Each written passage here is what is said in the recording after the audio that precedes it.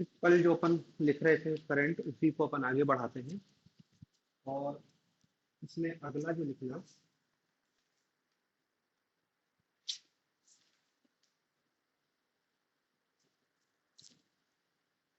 Mission Divyastra.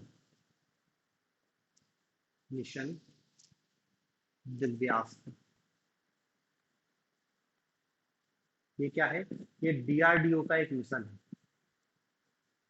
DRDO का एक mission है। और इस मिशन के तहत multiple multiple independently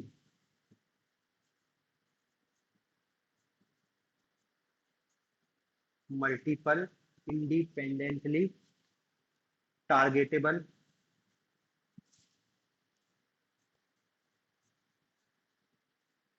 targetable re entry re entry vehicle technology vehicle technology, short में कहते हैं इसको MIRV। तो डीआरडीओ ने एक मिशन लॉन्च किया था, मिशन दिव्यास्त्र। इस मिशन दिव्यास्त्र के तहत क्या किया गया था कि ये वाली टेक्नोलॉजी को अपनाया गया है, multiple independently targetable re entry vehicle technology. इस टेक्नोलॉजी की विशेषता क्या है कि इस टेक्नोलॉजी के तहत न्यूक्लियर वेपन को न्यूक्लियर नाभिकीय हथियारों को एक साथ अलग अलग जगहों से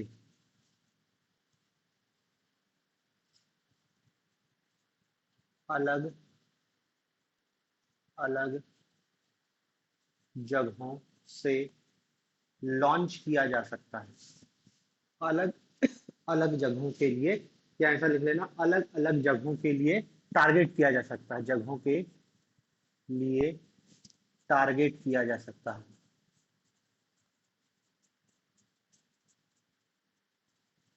अलग अलग जगहों के लिए टारगेट किया जा सकता है। ठीक है ना? मतलब ये एक ऐसी टेक्नोलॉजी है जिसके तहत एक साथ कई न्यूक्लियर वेपन अलग अलग जगहों के लिए एक साथ टारगेट किए जा सकते हैं। ठीक है। और ये टेक्नोलॉजी विश्व के केवल 5 देशों के पास ही है। तो अब उसमें एक क्या हो गया है? भारत, अमेरिका, रूस, चीन, ब्रिटेन और फ्रांस। ठीक है, 3 2 5, और भारत छठवा हो गया है। यूएसए, चीन, रूस, फ्रांस, यूएसए, चीन, रूस, फ्रांस, ब्रिटेन, ये 5 देशों के पास ही थी। और अब भारत के पास भी हो गई, तो टोटल 6 देशों के पास ये इस टाइप की टेक्नोलॉजी आ गई है। तो मिशन दिव्यास्त्र।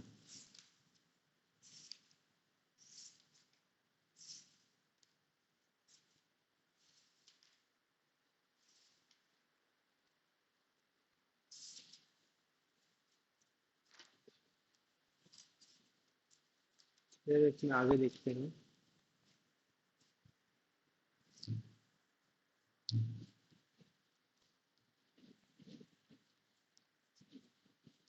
उत्तराखंड ने कॉमन सिविल कोड को लागू कर दिया है, समान नागरिक संहिता विधेयक। समान नागरिक संहिता विधेयक, इसको पारित कर दिया है। और राज्यपाल ने भी उसको मंजूरी दे दी है। विधेयक 2024 2024।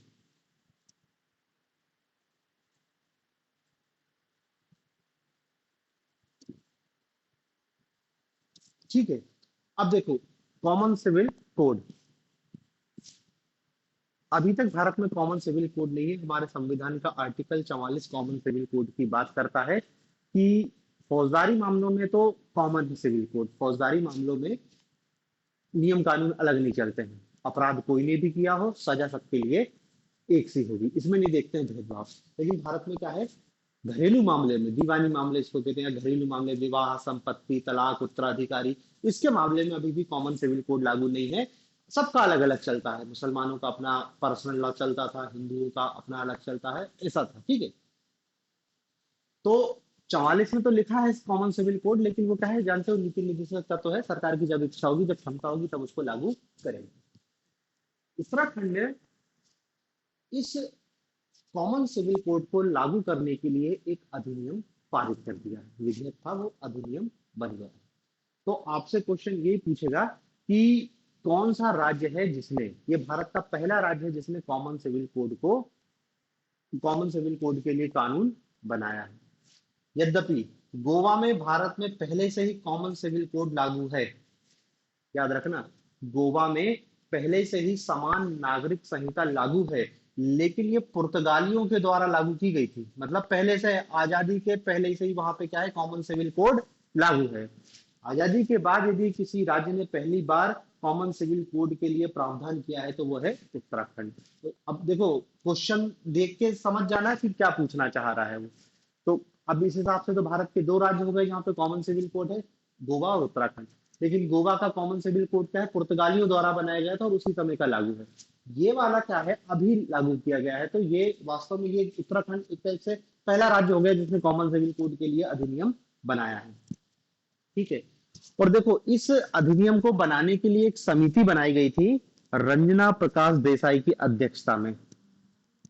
रंजना प्रकाश देसाई की अध्यक्षता में, ये न्यायाधीश, पूर्व न्यायाधीश है, सर्वोच्च न्यायालय की सेवानिवृत्त न्यायाधीश रंजना प्रकाश देसाई की अध्यक्षता में एक समिति गठित की गई थी, ठीक है ना। इसी समिति की सिफारिशों के आधार पर कॉमन सिविल कोड का अधिनियम पारित हो गया है,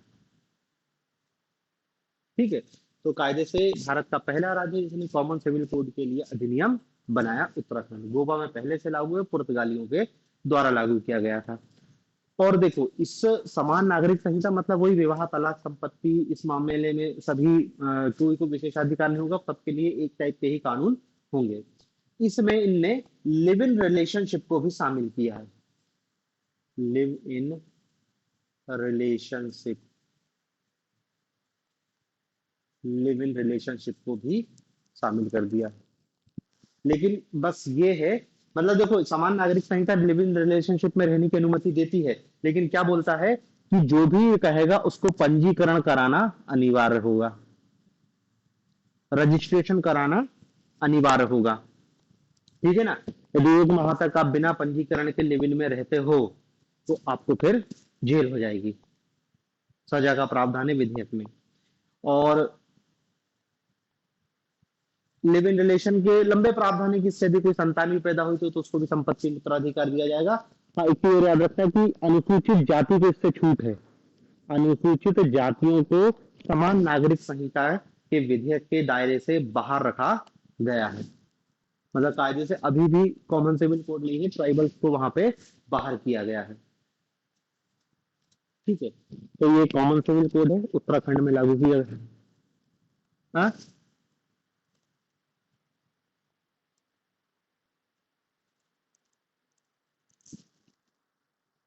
देखो, सिविल कोड लागू करने वाला पहला राज्य तो उत्तराखंड है, ठीक है। लेकिन एक चीज और दिमाग में रखना कि गोवा में पहले से कॉमन सिविल कोड लागू है, लेकिन गोवा का कॉमन सिविल कोड पुर्तगालियों के समय से लागू है, आजादी के बाद हमने उसको नहीं बनाया। तो कायदे से तो उत्तराखंड ही पहला राज्य है जिसने कॉमन सिविल कोड लागू किया है, ठीक है। लेकिन अब क्या है, क्वेश्चन देख के समझना कि वो पूछना क्या चाह रहा है, क्वेश्चन देख के समझना कि पूछना क्या चाह रहा है, गोवा पूछना चाह रहा है, उत्तराखंड। गोवा में तो पहले से ही लागू है, उत्तराखंड पहला राज्य है जिसने नया बना के लागू किया है, और स्वतंत्रता के पश्चात पहला राज्य है जिसने कॉमन सिविल कोड लागू किया है। गोवा में तो स्वतंत्रता के पहले से ही लागू है, ठीक है। तो ये उत्तराखंड की कहानी है कॉमन सिविल कोड की। फिर झारखंड, झारखंड के मुख्यमंत्री जिनको जेल हो गई, उनने अपने पद से इस्तीफा दे दिया, और झारखंड के नए मुख्यमंत्री बन गए चंपई सोरेन, चंपई सोरेन, झारखंड के नए मुख्यमंत्री चंपई सोरेन। अब देखो झारखंड के संदर्भ में एक बात याद रखना कि झारखंड का गठन बिहार से काटकर 2000 में हुआ था, तो मतलब आज से 24 साल पहले। इन 24 सालों में झारखंड की किस्मत ऐसी खराब है कि केवल एक मुख्यमंत्री रघुवर दास ही हुआ है जिसने अपना कार्यकाल पूरा किया है। रघुवर दास एकमात्र मुख्यमंत्री है, या क्वेश्चन ऐसा आ सकता है झारखंड का एकमात्र मुख्यमंत्री जिसने अपना कार्यकाल पूरा किया, रघुवर दास। बाकी कोई भी मुख्यमंत्री, जैसे अभी जो हेमंत सोरेन को हटा के बनाया गया, तो हेमंत सोरेन इसके पहले भी मुख्यमंत्री बन चुके थे लेकिन कार्यकाल पूरा नहीं कर पाए। इस बार भी देखो कार्यकाल उनका पूरा नहीं हो पाया। तो चंपई सोरेन और रघुवर दास को याद रखना झारखंड। उनकी पार्टी तो पता ही है, झारखंड मुक्ति मोर्चा है।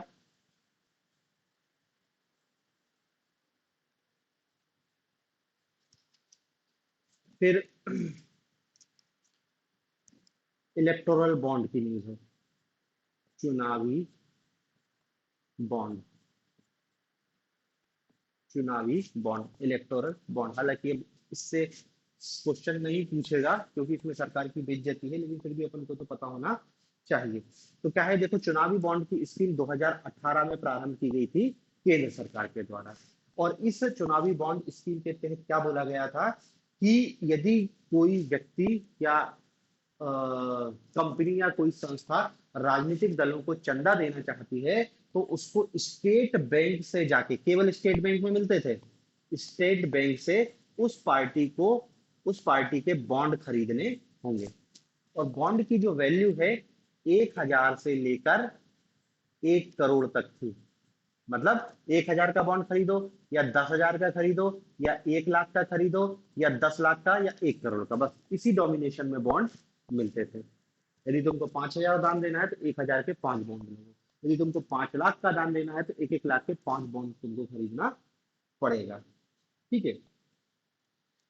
तो स्टेट बैंक को केवल अधिकार दिया गया था चुनावी बॉन्ड जारी करने का। जिस राजनीतिक दल को आप देना चाहते दे सकते हो, आपकी पहचान गुप्त रहेगी, आपको आपकी पहचान गुप्त रखने का इसमें प्रावधान किया गया था। दूसरी बात क्या है, क्या सभी राजनीतिक दल इसमें चंदा ले सकते थे? नहीं, केवल उन्हीं राजनीतिक दलों को चंदा लेने का अधिकार था जिनने पिछले आम चुनाव में कुल पड़े मतों का 1% प्राप्त किया हो।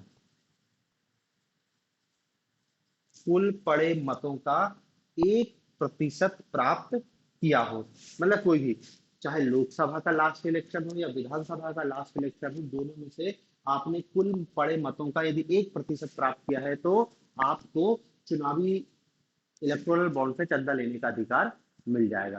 ठीक है। फिर 2018 से अगली डेट इसमें याद रखना, 15 फरवरी 2024 को इसको असंवैधानिक घोषित कर दिया गया। 15 फरवरी 2024, 15 फरवरी 2024। देखो इस साल के कुछ निर्णय आपकी न्यायिक सक्रियता से संबंधित, तो मेंस के लिए इस बार बहुत टॉपिक है न्यायिक सक्रियता से रिलेटेड कि कुछ ऐतिहासिक जजमेंट दिए सुप्रीम कोर्ट ने, तो वो सब आपको ध्यान में रखना है, उनको न्यायिक सक्रियता में आपको जोड़ना है। तो 15 फरवरी 2024 को सुप्रीम कोर्ट ने इसको असंवैधानिक करार देते हुए इसको खारिज कर दिया। अब खारिज तो कर दिया है, तो खारिज असंवैधानिक मतलब संविधान का उल्लंघन कर रही है। तो कौन से संविधान के प्रावधान का उल्लंघन है इलेक्टोरल बॉन्ड कर रहे थे? तो देखो इसमें आपको याद रखना, संविधान का अनुच्छेद 19(1) सब क्लॉज ए, इसका उल्लंघन कहा है। वही वाक एवं अभिव्यक्ति भाषण की जो स्वतंत्रता है उसका उल्लंघन बताया गया है। ये तो संवैधानिक, इसके अतिरिक्त सूचना का अधिकार का भी उल्लंघन है, इसका भी उल्लंघन है। और जो जन प्रतिनिधि अधिनियम है, जन प्रतिनिधि अधिनियम, इसकी कुछ धाराओं का उल्लंघन बताया गया है, जैसे 29C(1), 182(3) और 13A(B). याद रखने की कोई जरूरत नहीं, बस इसको याद रखना कि कौन से संवैधानिक प्रावधानों का उल्लंघन किया गया था।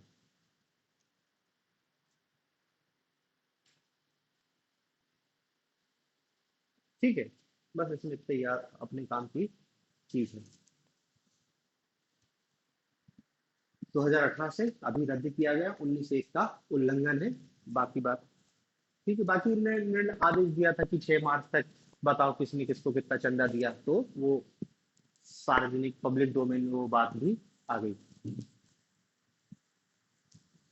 फिर अगली न्यूज है आर्द्र भूमि से। भारत में 5 नए आर्द्र भूमि वेटलैंड की साइट शामिल की गई है। भारत में 5 नई आर्द्र भूमियों को शामिल किया गया है। अब देखो,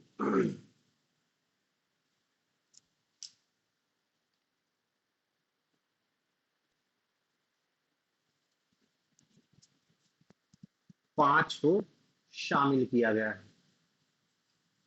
ठीक है, तो पहले तो ये बता देते हैं कि 5 में कौन कौन सी है। तो देखो, इसमें से 2 तो तमिलनाडु की है, कराई वेट्टी पक्षी अभ्यारण्य।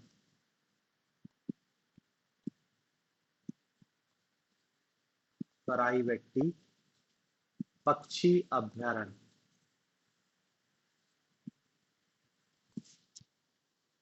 कराई वेट्टी पक्षी अभ्यारण्य।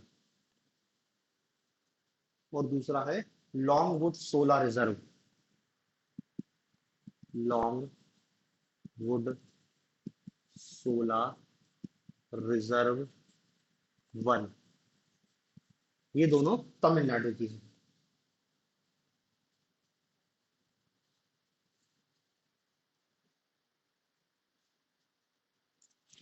ये 2 कहाँ की है? तमिलनाडु की है। बाकी 3 कर्नाटक की है। कर्नाटक की कौन कौन सी है? एक है अंक समुद्री पक्षी संरक्षण रिजर्व। अंक समुद्री पक्षी अभ्यारण्य कर्नाटक में। दूसरी है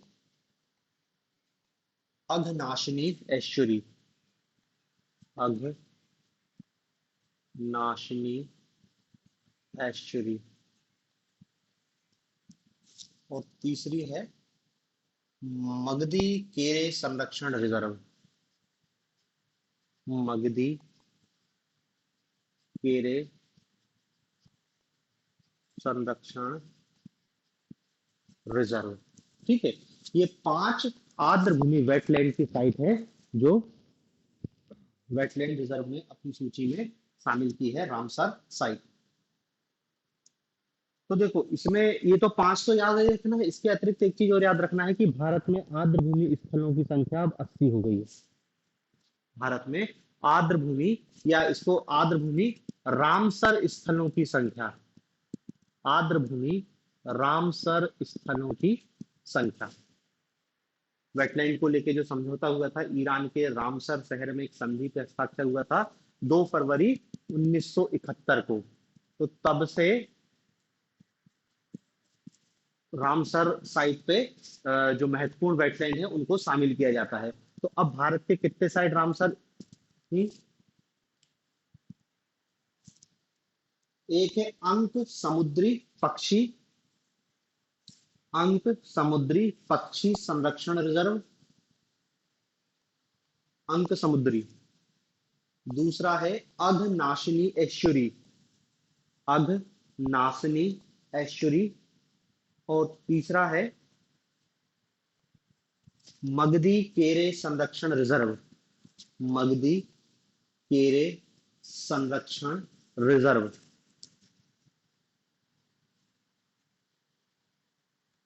ठीक है, तो भारत के कितने स्थल हो गए हैं? 80 स्थल हो गए हैं। फिर ये पूछ सकता है कि किस राज्य में सर्वाधिक रामसर साइट मौजूद है? तो आपको याद रखना है सबसे ज्यादा है तमिलनाडु में 16। 16 रामसर साइट है तमिलनाडु में, 10 उत्तर प्रदेश में। 16 तमिलनाडु में है, 10 उत्तर प्रदेश में है, बाकी 6 उड़ीसा, 6 पंजाब में है। मध्य प्रदेश का तो आपको पता ही होना चाहिए, 3 स्थल हैं। एक भोज वेटलैंड है, और एक अभी शामिल किया गया है सांख्य सागर।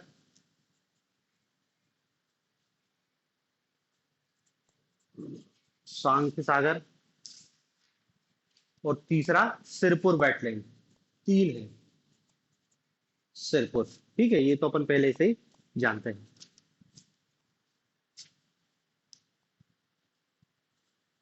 सांख्य, हाँ तो लिखा तो है सांख्य सागर, भोज और सिरपुर। चार थी कि तीन है?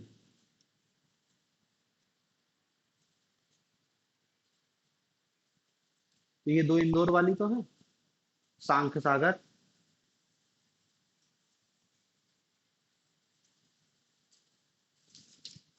हाँ, ये तो तीन ही दिखा रहा है।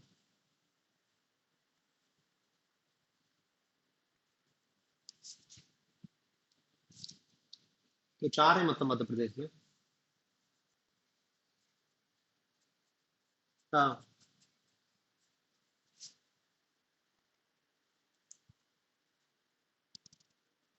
हाँ तो ठीक है, चार कर लेना।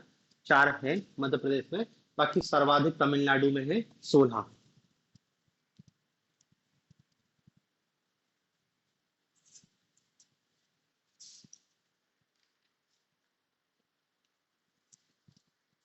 ये वेटलैंड के संदर्भ में था। टोटल भारत में वेटलैंड साइट की संख्या 80, सर्वाधिक तमिलनाडु में है। बस। 2 फरवरी को मनाया जाता है वेटलैंड दिवस। हाँ, फिर गगनयान। गगनयान जो जाएगा, उसमें जो अंतरिक्ष यात्री हैं, उनको फाइनलाइज कर दिया गया है कौन वो लोग होंगे जो गगनयान के तहत अंतरिक्ष में जाएंगे। तो देखो, इनके नाम आपको याद रखना है। एक है प्रशांत बालकृष्ण नायर, ग्रुप कैप्टन। प्रशांत बालकृष्ण नायर। दूसरा व्यक्ति है अंगद प्रताप, ग्रुप कैप्टन अंगद प्रताप। तीसरा व्यक्ति ग्रुप कैप्टन अजीत कृष्णन।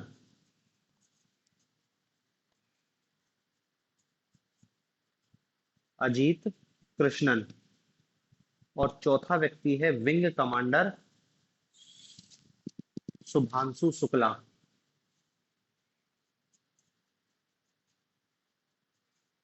शुभांशु शुक्ला।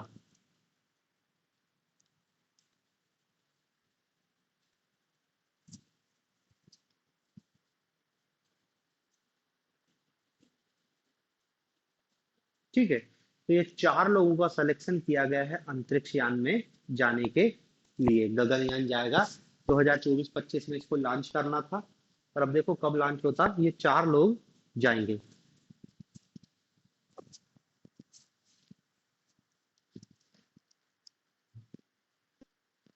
तो देखो, जो राष्ट्रीय फिल्म पुरस्कार मिलते थे, इसमें कुछ बदलाव किया गया है। राष्ट्रीय फिल्म पुरस्कार। राष्ट्रीय फिल्म पुरस्कार। राष्ट्रीय फिल्म पुरस्कार में क्या है, दो लोगों का नाम हटा दिया गया है। एक तो इंदिरा गांधी, एक नरगिस दत्त का। इंदिरा गांधी। इंदिरा गांधी और नरगिस दत्त।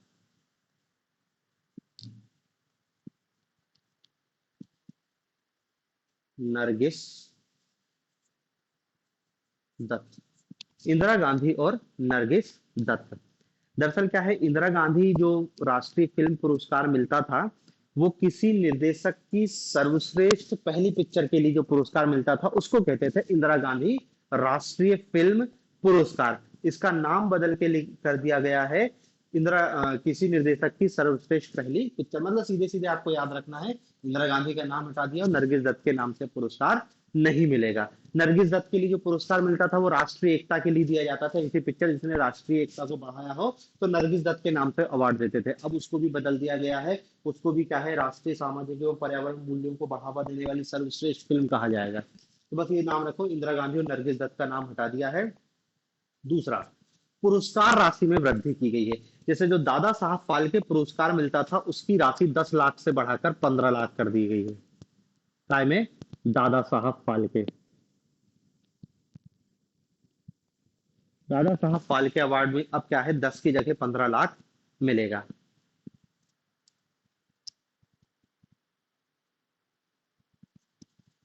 दूसरा जो स्वर्ण कमल बेस्ट फिल्म को मिलता था, स्वर्ण कमल अवार्ड, उसकी राशि भी 2 से बढ़ाकर 3 लाख कर दी गई है। रजत कमल, रजत कमल की भी राशि को बढ़ा के 1 लाख से 2 लाख कर दिया गया है। 1 से 2 लाख कर दिया गया है। 1 लाख से बढ़ा के 2 लाख कर दिया गया है। ठीक है, तो ये राष्ट्रीय फिल्म पुरस्कारों को लेके ये दो परिवर्तन किए गए।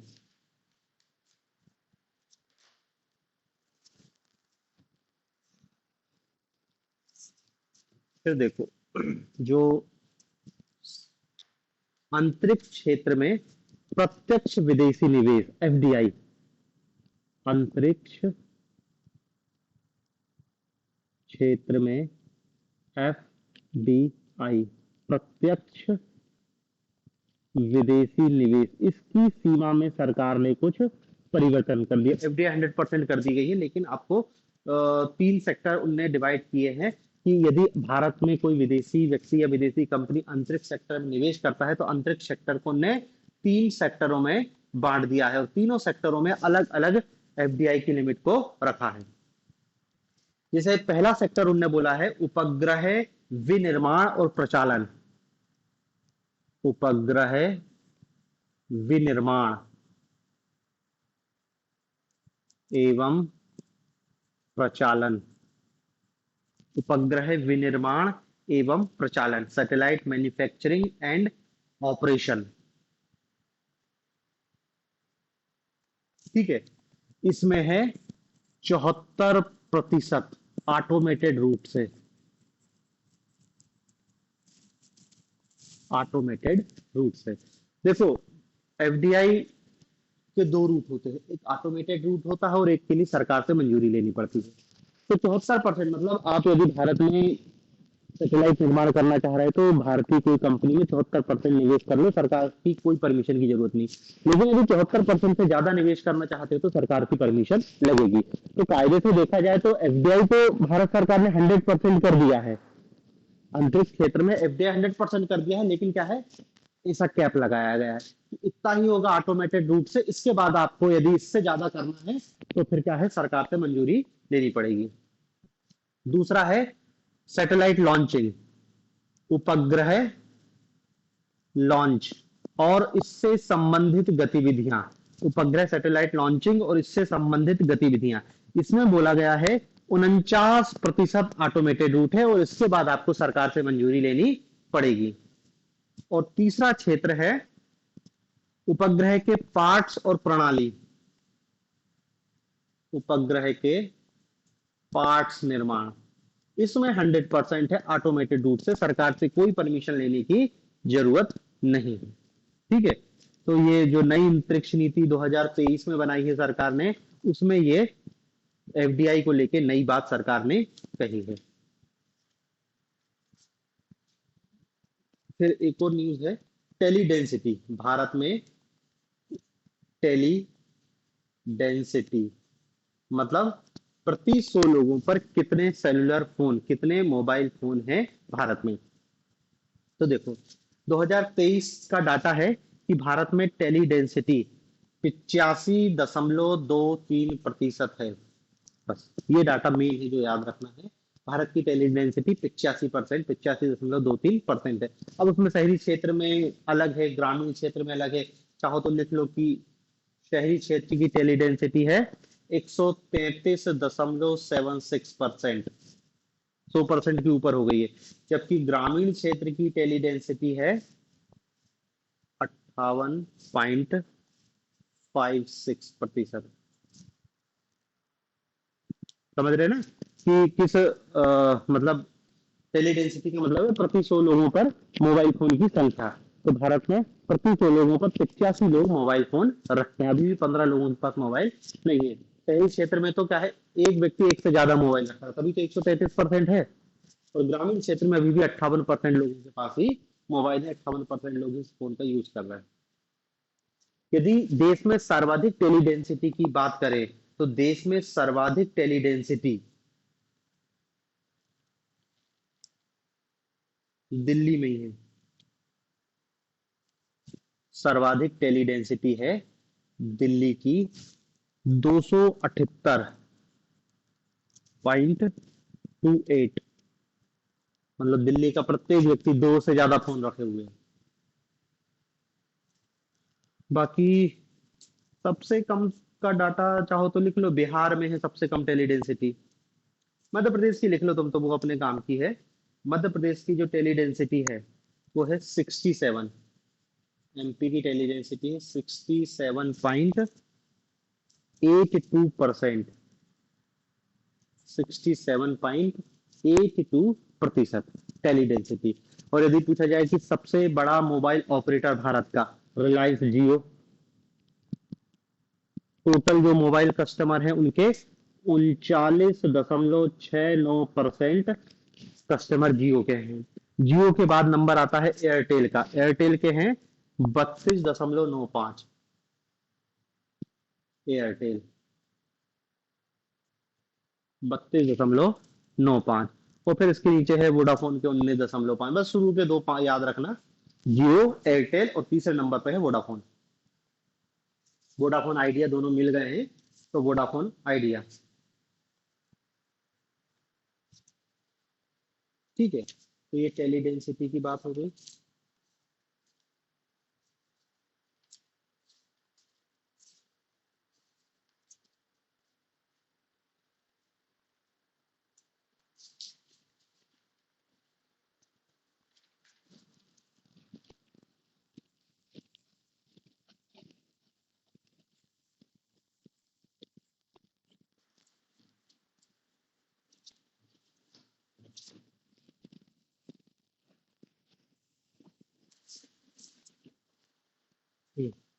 एक मौसम अवलोकन उपग्रह इनसेट 3 DAS।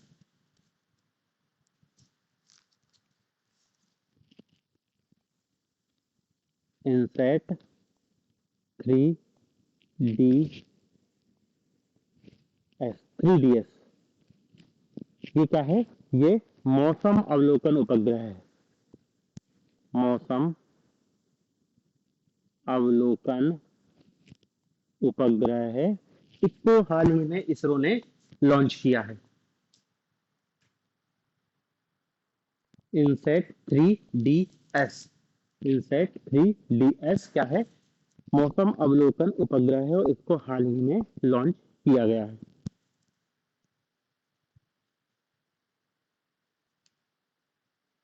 वैसे ही काम कर रहे हैं और कोई काम कर नहीं है।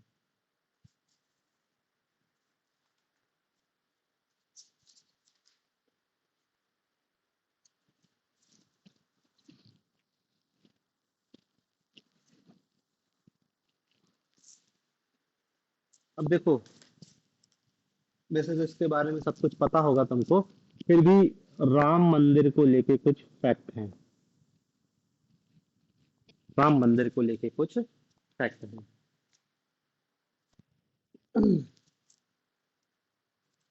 देखो, राम मंदिर क्या कहते हैं, मूर्ति किसने बनाई, उसका वास्तुकार कौन था, ये छोटी छोटी बातें हैं। चार पांच फैक्चुअल पॉइंट हैं जिनको अपन लिख लेते हैं। अपन उसके पूरे इतिहास में नहीं जा रहे कि सबसे पहले विवाद कहाँ हुआ था, उससे कोई मतलब नहीं है। चार पांच फैक्चुअल पॉइंट हैं जिसके तहत अपन पता कर लेते हैं कि कौन कौन व्यक्ति हैं जो राम मंदिर के निर्माण से जुड़े हुए हैं। ठीक है, तो देखो, इसकी राम मंदिर में जो प्राण प्रतिष्ठा की गई थी, एक तो उसकी डेट याद रखो, 22 जनवरी 2024। 22 जनवरी 2024।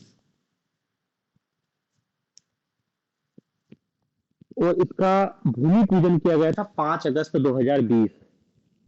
5 अगस्त 2020 को क्या किया गया था? इसका भूमि पूजन किया गया था।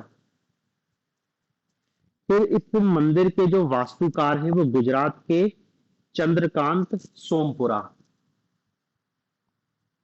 चंद्र, हाँ,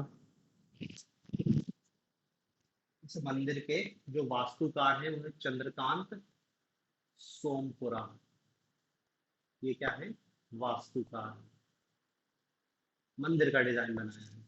मंदिर निर्माण करने वाली कंपनी तो लार्सन एंड ट्रूब्रो है। लार्सन एंड ट्रूब्रो, ये कंपनी है जिसने मंदिर का निर्माण किया। फिर मंदिर में जो मूर्ति है उसका मूर्ति बनाया है अरुण योगीराज। अरुण योगीराज, ये क्या है? मूर्ति बनाने वाले व्यक्ति का नाम है अरुण योगीराज। तो बाकी जानते हो नॉर्थ में मंदिर बन रहा है तो नागर शैली में ही बनेगा। मंदिर की कौन सी शैली बनी है? नागर शैली।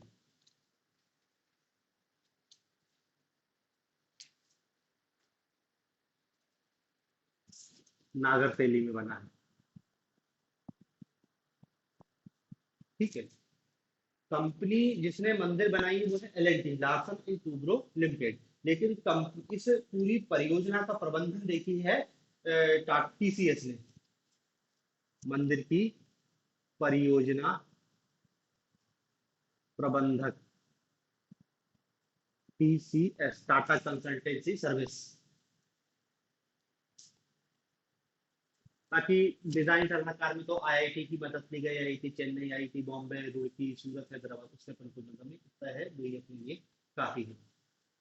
मंदिर का जो क्षेत्रफल है वो 2.7 एकड़ है। मंदिर का क्षेत्रफल जो कोर्ट के माध्यम से जितने की अनुमति मिली थी। बाकी मंदिर का जो पूरा प्रांगण है वो तो 71 एकड़ उन्होंने जमीन कब्जा कर ली है, 71 एकड़ में।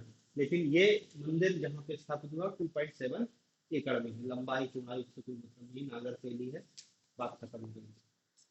और प्राण प्रतिष्ठा का भी शुभ मुहूर्त उन्होंने बताया था 22 जनवरी को 12:29 और 8 सेकंड। बस ये था 12:29 और 8 सेकंड से लेकर 12:30 तक था। दो टोटल 84 सेकंड का था शुभ मुहूर्त। इसी में प्राण प्रतिष्ठा की गई है।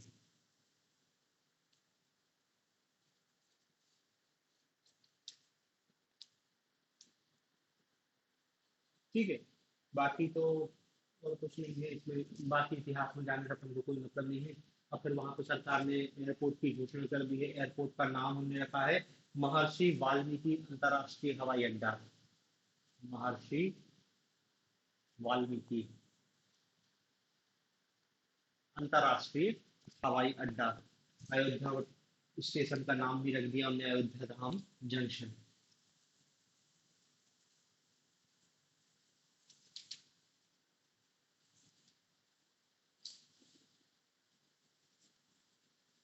ठीक है। तो हाँ, बस इतने ही काम था अपने राम मंदिर से रिलेटेड।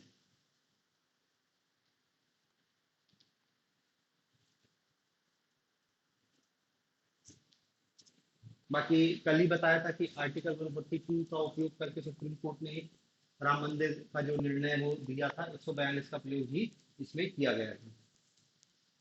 फिर देखो असम का एक उग्रवादी संगठन है उल्फा। बहुत पुराना संगठन है, ULFA, उल्फा। इसका फुल फॉर्म होता है united liberation front of Assam. United liberation, united liberation front of Assam, ULFA.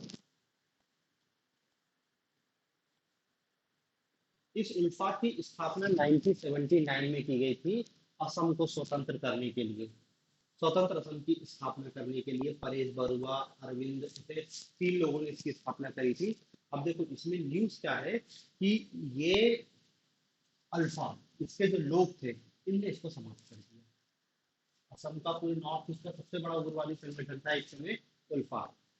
इसके जो कर्ता धर्ता थे, इनने सशस्त्र संघर्ष समाप्त कर लिया और केंद्र सरकार और राज्य सरकार के साथ एक त्रिपक्षीय समझौता पे हस्ताक्षर कर दिए हैं और उन्होंने कहा कि हम सरकार का हिस्सा बनेंगे, लड़ाई झगड़ा सब बंद कर दिया है। तो ये उल्फा को याद रखना, 1979 में बना था ये।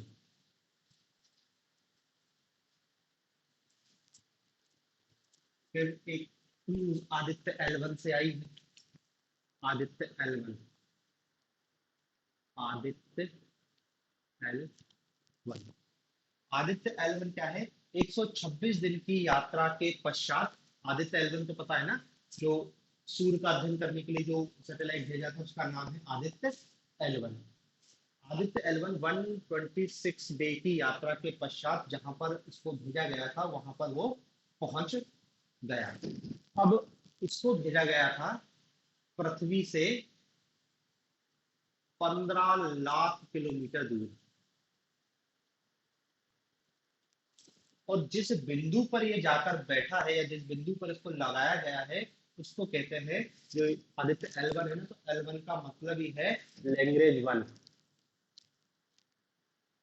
लैंग्रेज 1। एल का मतलब ही है लैंग्वेज 1।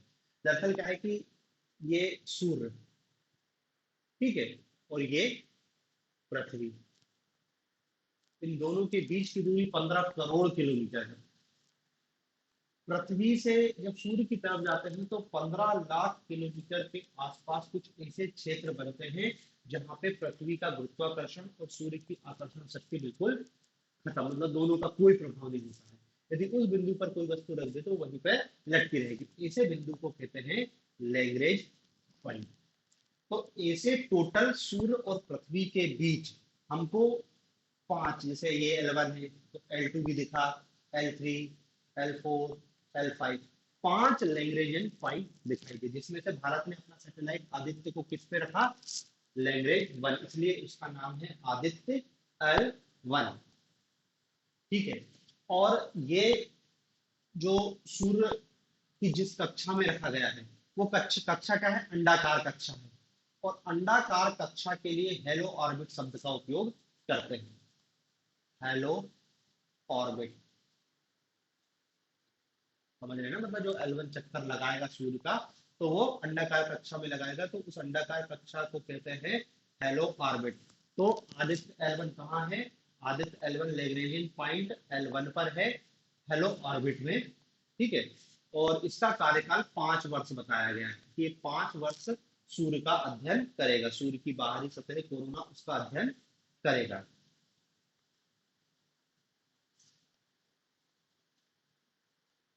ठीक है, और ये एक टाइप की देखो ऑब्जर्वेटरी है, इसको हिंदी में कहते हैं वेधशाला, ऑब्जर्वेटरी।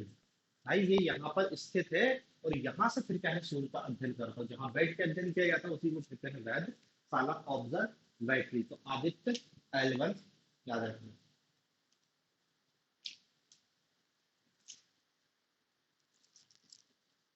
फिर आदित्य L 1 के बाद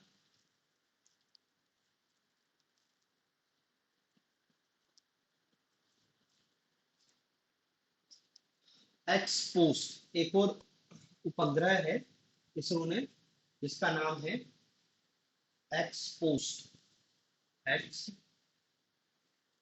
POSAT, ऐसा, एक्सपोस्ट, एक्सरे पॉलीमीटर सैटेलाइट, एक्सपोस्ट। देखो अब इसमें क्या याद रखना है कि ये एक्सपोस्ट क्या है? ये भारत का पहला पोलारीमीटर है, भारत का पहला पोलारीमीटर, या उसको कहते हैं ध्रुवण मापी मिशन, ध्रुवण मापी मिशन, भारत का पहला ध्रुवण मापी मिशन। जो क्या करेगा? जो आकाश गंगा का अध्ययन करेगा, मतलब black hole, black hole, Pulsar, Pulsar मतलब पल्सर तारे जो होते हैं, पल्सर, रेडिएशन और आकाश गंगा, इन सब का अध्ययन करेगा। एक्सपोस्ट एक्सरे पोलारीमीटर सैटेलाइट, इसका पूरा नाम है एक्सरे पोलारीमीटर सैटेलाइट।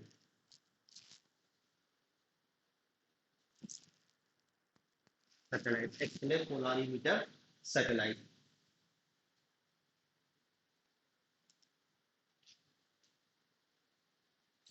इसका जीवन काल भी 5 वर्ष।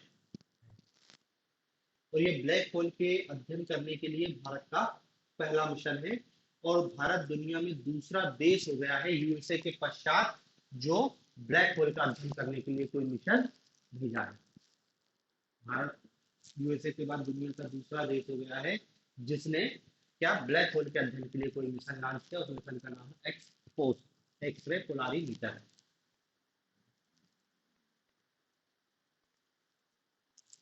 फिर हाँ,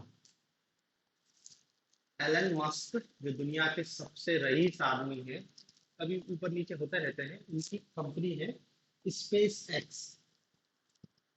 स्पेस एक्स एलन मस्क जिसने ट्विटर को खरीदा, उसकी सैटेलाइट से संबंधित अंतरिक्ष से संबंधित कंपनी का नाम क्या है? Space x.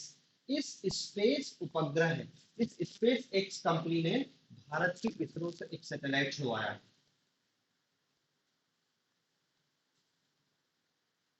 मतलब ये स्पेस एक्स है। इस स्पेस एक्स ने इसरो इसरो का एक सैटेलाइट था जिसका नाम था G-SAT-20। G-SAT-20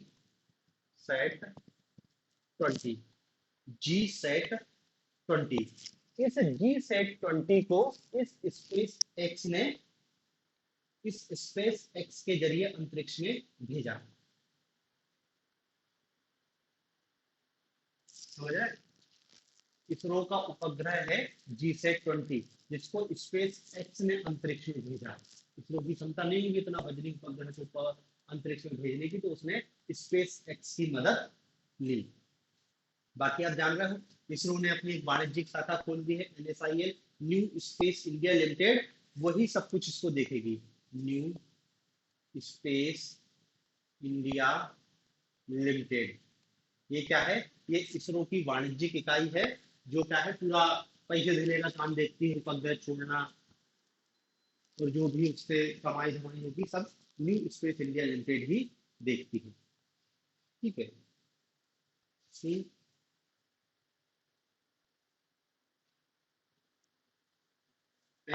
एंट्रिक्स भी है, ये इनने नई बना दी है। जो एंट्रिक्स काम करती थी अब वो न्यू स्पेस इंडिया लिमिटेड कर रही है। ठीक है, अब बाकी इसमें कनेक्ट कर लेते हैं।